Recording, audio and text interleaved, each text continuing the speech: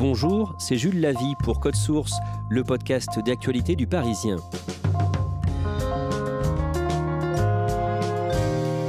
On pourrait appeler ça la France des retranchés. En détresse psychologique, économique et sociale, ils prennent une arme, s'enferment chez eux et menacent leur vie, celle de leur entourage et des forces de l'ordre. Le phénomène est en augmentation d'après une enquête du Parisien publiée début mai. L'autrice de cette enquête, Christelle Brigodeau, est dans Code Source aujourd'hui. Elle nous raconte l'histoire d'une femme qui a menacé de faire sauter sa maison.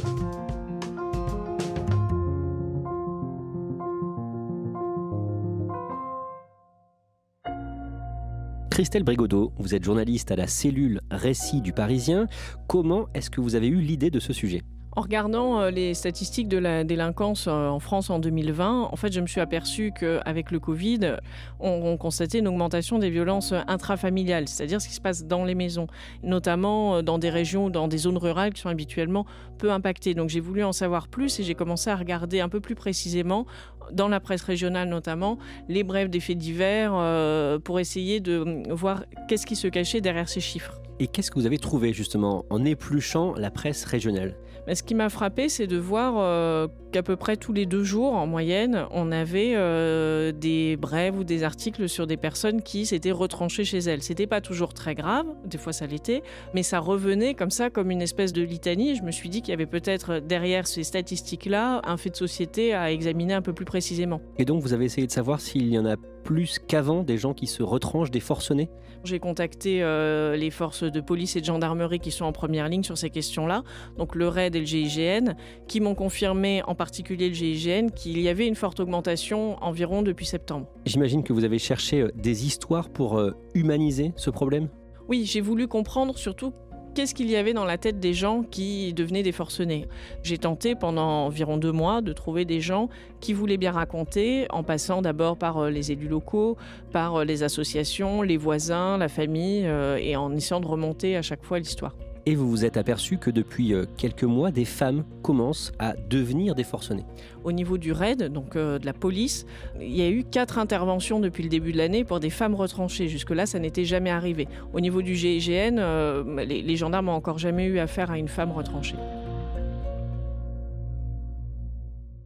Vous allez maintenant nous raconter l'histoire de Christelle, une mère de famille qui habite à Écaillon, une commune de 2000 habitants environ dans le nord, c'est entre Valenciennes et Douai. Est-ce que vous pouvez d'abord nous présenter Christelle ?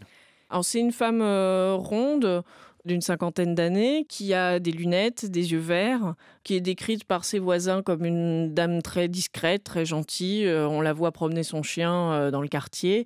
Elle est perçue comme une femme timide et d'ailleurs elle est assez timide. Qu'est-ce qu'elle fait dans la vie ? Elle enchaîne un peu des petits boulots. Elle n'a pas une situation très stable. Elle travaille dans le nettoyage. Elle a travaillé un petit peu à l'hôpital. Elle a travaillé au domicile de personnes âgées comme aide à domicile également. Elle vit avec son mari, Eric, et son fils, Kylian. À quoi ressemble sa maison ? Alors c'est une maison de plein pied qui est au fond d'une impasse, donc dans ce lotissement qui est tout en briques. Voilà, on est dans le nord, dans une ancienne cité minière. Ça donne sur une sorte de bois, c'est un endroit agréable. Mais dans la maison, on sent que la famille n'a pas beaucoup de moyens. Les meubles, c'est que de la récupération. La seule chose qu'on remarque tout de suite en rentrant, c'est une très grande télévision qui prend presque toute la place d'un mur. Sinon, il n'y a pas beaucoup de choses. Et d'ailleurs, la télévision, tout comme l'ordinateur, Christelle ne la possède pas. En fait, elle la loue parce qu'elle n'avait pas les moyens d'acheter l'électroménager. Bonjour. Bonjour, je suis Raphaël Pueyo, le journaliste du Parisien. Moi, c'est Christelle, vous entrez. Un journaliste de l'équipe de Code Source, Raphaël Pueyo, a aussi rencontré Christelle et du coup, vous allez pouvoir nous raconter son histoire et on va aussi entendre ce qu'a pensé, ce que s'est dit Christelle à chaque fois au fur et à mesure. Pour Christelle, les ennuis débutent vers 2018. Tout commence par une panne de voiture. Il faut racheter une voiture et là, c'est le début des problèmes puisqu'en fait, les pannes vont s'accumuler et les dettes avec. On en a racheté une autre d'occasion parce qu'on n'a pas de gros moyens.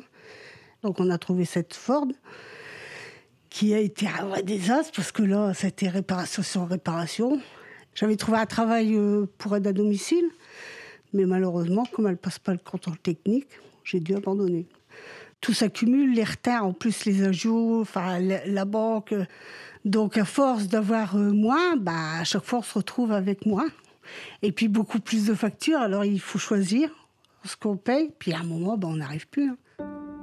À cela s'ajoutent aussi des échecs personnels. Elle a connu plusieurs échecs dans sa vie, notamment un divorce qu'elle a connu quand elle avait 27 ans.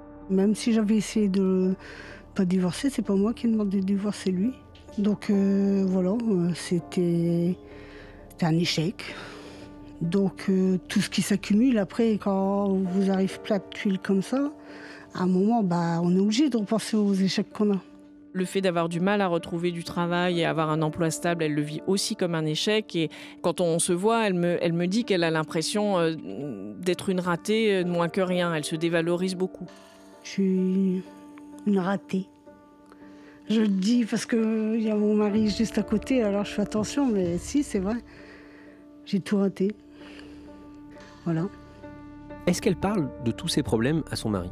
Quand elle sait qu'elle est au pied du mur, en fait, elle ne dit rien. Elle est un petit peu ligotée par la honte de sa situation. Elle n'ose rien dire à personne. C'est elle qui gère tout dans la maison et c'est elle qui tait tous les problèmes. Même si je savais que mon mari pouvait comprendre, j'avais l'impression de ne pas être comprise. J'ai dit, personne ne va me comprendre, personne ne va me comprendre. Je pensais vraiment que j'allais m'en sortir. Et puis à un moment, j'ai vu que c'était plus possible et j'ai dit, voilà, il est trop tard. Le mercredi 2 décembre, quelqu'un frappe à la porte. J'étais toute seule. Eric travaillait, mon fils Kylian était à l'école. J'entends frapper à la porte, c'était l'huissier. Et elle me dit, oui, je suis mandatée par le bailleur pour les loyers à payer, vous le savez ? Je dis, oui. Vous aviez combien de loyers impayés à ce moment-là ? Un peu plus de 9 000. Ça fait, 24 mois, je crois. Et elle a signé les papiers, elle a tout rempli sur la poubelle.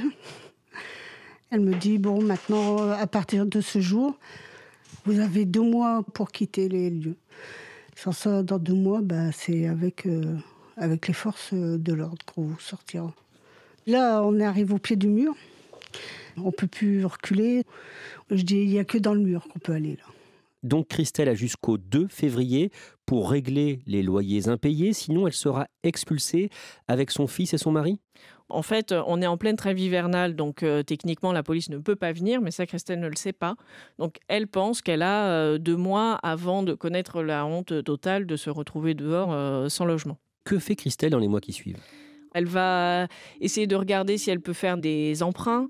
Elle essaye même de voir si elle peut trouver un usurier pour parer au plus pressé, mais elle me dit qu'elle ne connaît pas de délinquants, donc elle ne sait pas vers qui se tourner pour trouver quelqu'un qui lui prêterait de l'argent rapidement. Je n'arrivais pas à trouver de solution. Et moi, je trouvais, plus je me sentais mal. Et plus je me sentais mal, moi, je dormais. Et voilà, c'était un engrenage pas possible. J'étais au bord du précipice, en fait. Je voyais le précipice. Il n'y avait plus rien. Je ne pouvais rien faire. C'était comme ça, c'était la fatalité, encore un truc en plus. Chaque fois qu'on relève la tête, à chaque fois, il nous arrivait un truc sur la tête. Donc voilà. Elle s'enferme en fait dans ce cycle infernal. Elle se voit toujours face aux problèmes et sans solution. Elle perd les pédales à ce moment-là.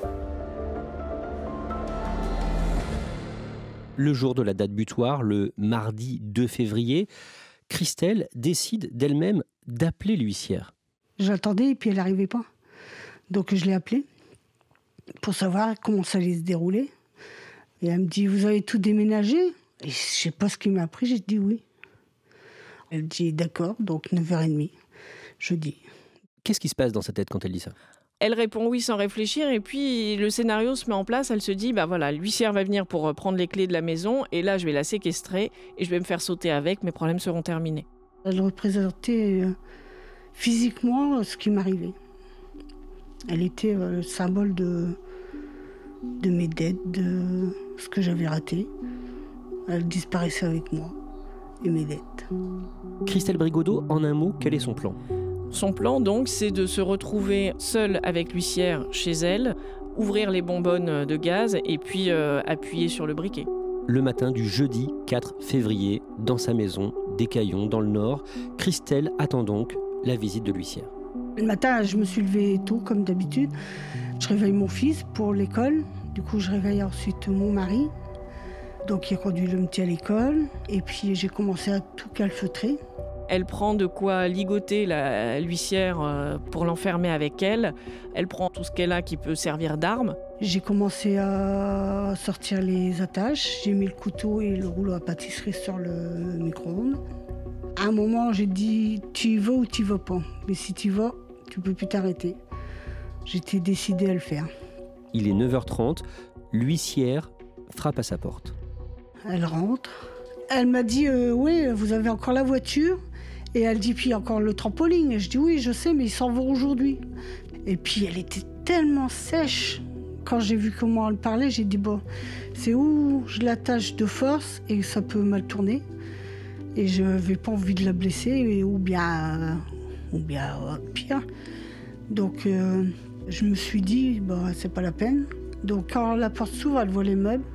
Et elle dit bah vous n'avez rien déménagé. Je dis bah non. Elle dit bah vous m'avez fait perdre mon temps, pourquoi là? Alors je lui ai dit que c'était parce que j'allais faire sauter ma maison. Et elle m'a répondu texto c'est pas moi qu'il faut appeler, c'est les pompiers ou la police. C'est tout ce qu'elle m'a dit. Et du coup elle est partie. Je pense qu'elle croyait que je bluffais. Donc j'ai appelé les pompiers et j'ai dit voilà, je m'appelle Madame Attel. J'habite telle adresse et je vous appelle pour vous dire que je vais faire sauter ma maison avec moi dedans, mais il faudrait sauver. Je dis ça, c'est pour que mes voisins soient sauvés. Et j'ai raccroché. À ce moment-là, Christelle libère sa chienne, Maïka. C'est la chienne de mon fils. Et je l'ai sortie parce que je voulais pas qu'il soit triste. Il allait déjà perdre sa mère, je sais que c'est ridicule. Je sais, s'il perdait sa mère, il serait certainement plus triste que s'il perdait sa chienne. Mais moi, dans ma tête, c'était au moins, il y avait sa chienne. Donc j'ai sorti la chienne, mais elle pleurait à la porte. C'était horrible. Je bouchais mes oreilles, je hurlais, tais-toi, va-t'en, va-t'en. C'était horrible, c'était horrible. Ça, c'est le moment le pire pour moi, c'est d'avoir entendu la chienne pleurer.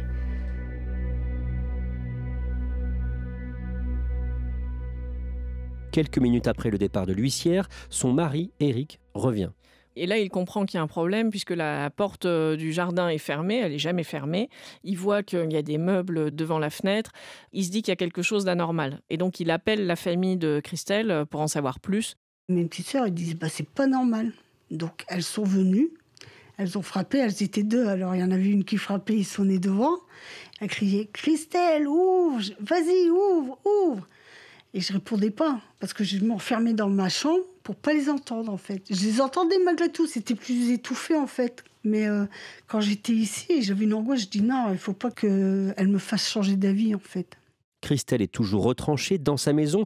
Elle est entourée de 5 bouteilles de gaz, prêtes à exploser. À ce moment-là, la police est arrivée, a appelé le RAID et le RAID a pris attache tout de suite avec la famille de Christelle.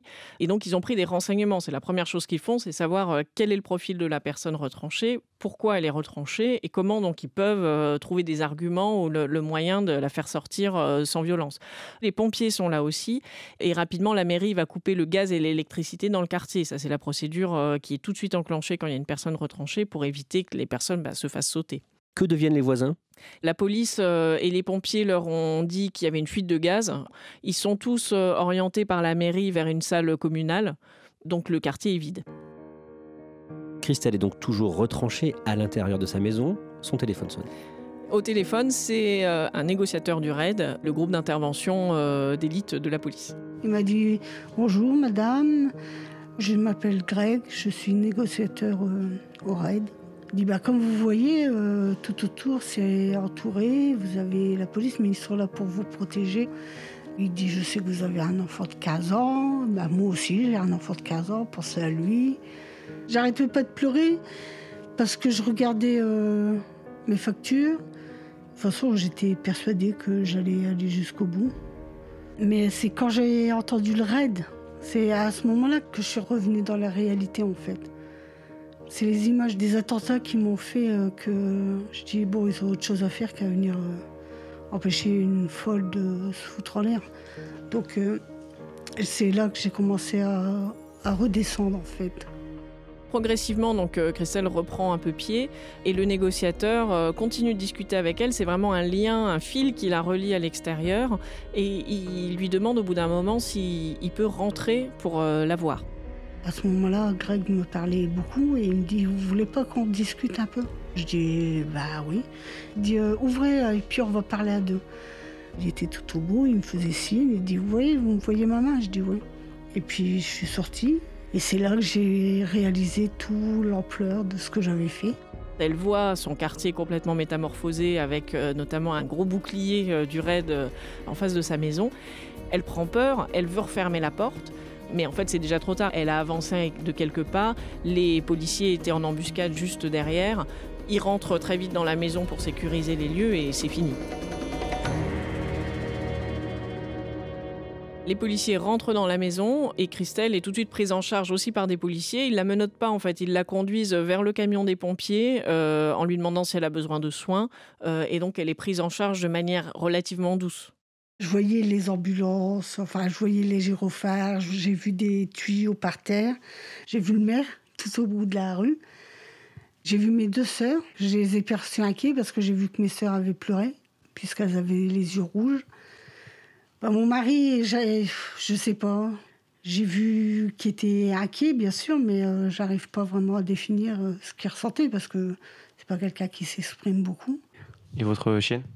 Ma chienne, c'est mon mari qui l'a vue, donc il l'a pris et il l'a mis dans la voiture avec mon fils pour la calmer.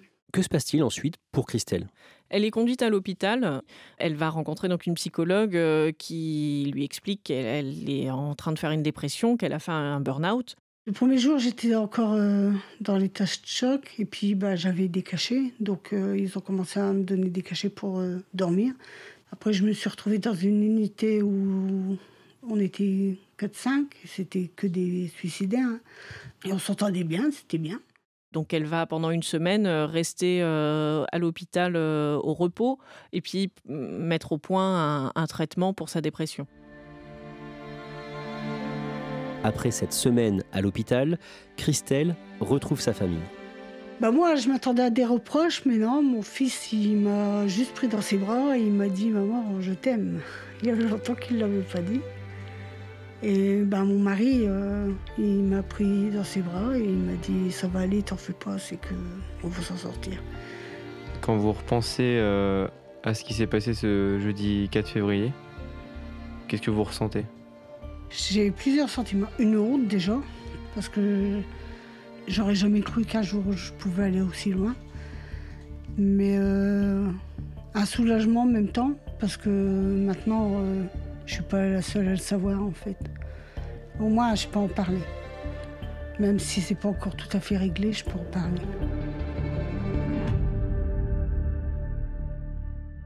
Est-ce qu'elle réalise aujourd'hui son geste ? Oui, elle réalise très bien et je crois qu'elle est très reconnaissante vis-à-vis de la police et des pompiers qui lui sont venus en aide et qui, quelque part, ont déclenché la phase d'après, c'est-à-dire le moment un peu de la reconstruction et de la sortie des problèmes. Elle n'a pas été expulsée, elle dialogue avec le bailleur, elle a constitué un dossier de surendettement. Christelle a un message à faire passer justement aujourd'hui au négociateur du RAID, Greg. Je voudrais lui dire merci. À lui et à tous ses collègues, hein. Mais ce sont ses paroles qui ont fait débloquer mon cerveau. Et il a été très gentil, et comme je pleurais tout le temps, il me tapait sur l'épaule en me disant « Ça va aller, madame, ça va aller ».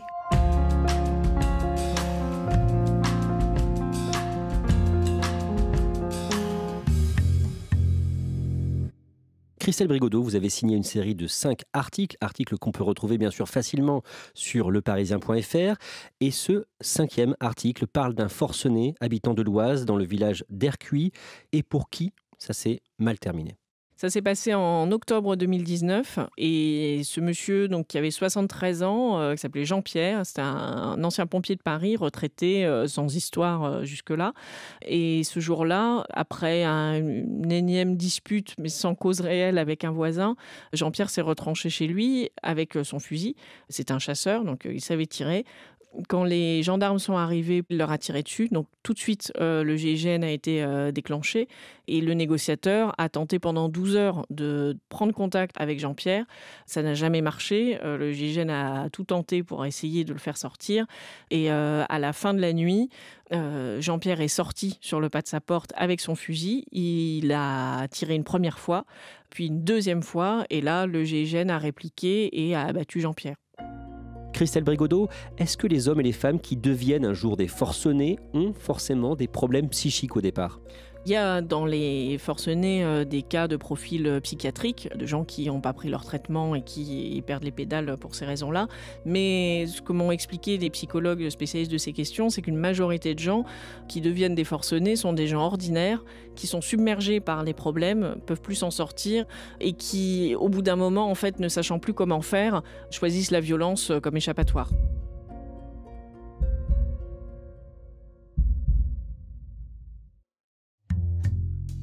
Merci à Christelle Brigodeau, témoignage recueilli par Raphaël Pueyo. Cet épisode a été produit par Thibault Lambert, Marion Botorel et Salomé Robles. Réalisation, Julien Moncouquiol. Code Source est le podcast d'actualité du Parisien, disponible chaque soir du lundi au vendredi. Pour ne rater aucun épisode, abonnez-vous sur Apple Podcast, Google Podcast ou Podcast Addict par exemple. N'hésitez pas à nous écrire, codesource@leparisien.fr. Et puis si vous aimez Code Source, dites-le nous en laissant des petites étoiles ou un commentaire sur votre application préférée.